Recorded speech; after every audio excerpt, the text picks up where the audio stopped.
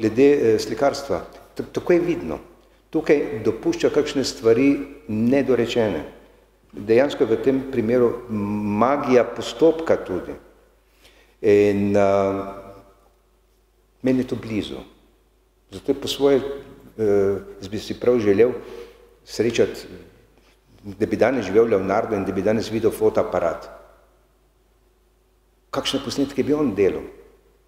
Ki je delal določene stvari, takrat, ko še ničesar ni bilo. Kako bi današnji možni način uporabe neke tehnologije ali pa možnosti, ti imaš lahko zlat svinčnik z srebrnim pisalom, pa ne boš nič naredil. Imaš pa lahko ogle, pa narediš večne stvari v jamah, tako kot so bile narejene. Ne? Perfektno. To je, mislim, tisto, kar se mi zdi fajn, meni. Ali pa recimo tisto, kar smo se prej nekako poskušali pogovarjati. Predvsem je zelo pomembno tudi zavedati se, da z minljivostjo stvari ostanejo. Papir dostikrat zgine. Recimo jaz delam stotine skic, neplanirano. Zjutraj, kadarkoli. Dolg cajt, ne dolg cajt. To je približno tako, kot bi vodo zlil iz pipe, preteče nekaj, ne da bi htel.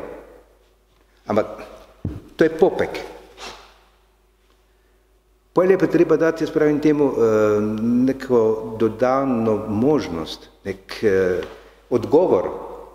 Če je dobra glasba, je lahko v narodnem zabavnem ansamblu narejena, lahko je pa v filharmoniji, ali pa tudi kje druge. Skratka je univerzalna.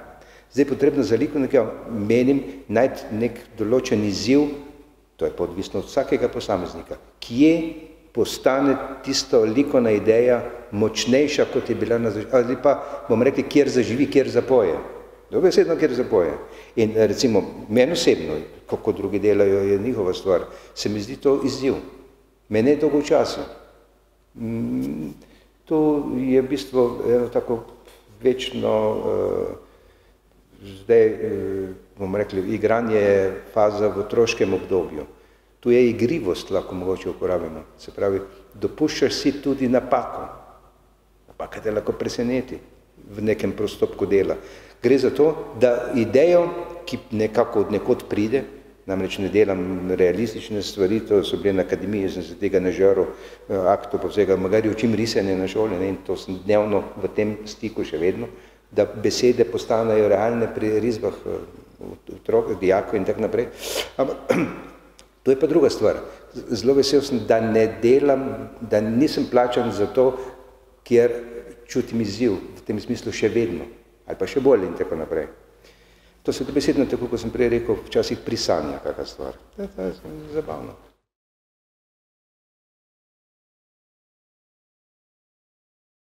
Na tem področju se ogromno ljudi ukvarja izredno intenzivno z tehnologijo.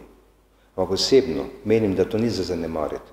Ampak ne glede, jaz ne vem, ko bo tehnologija prinesla, zna biti, da bojo tudi naredili neko take mešanice in take možnosti, tako kot se spreminja vse.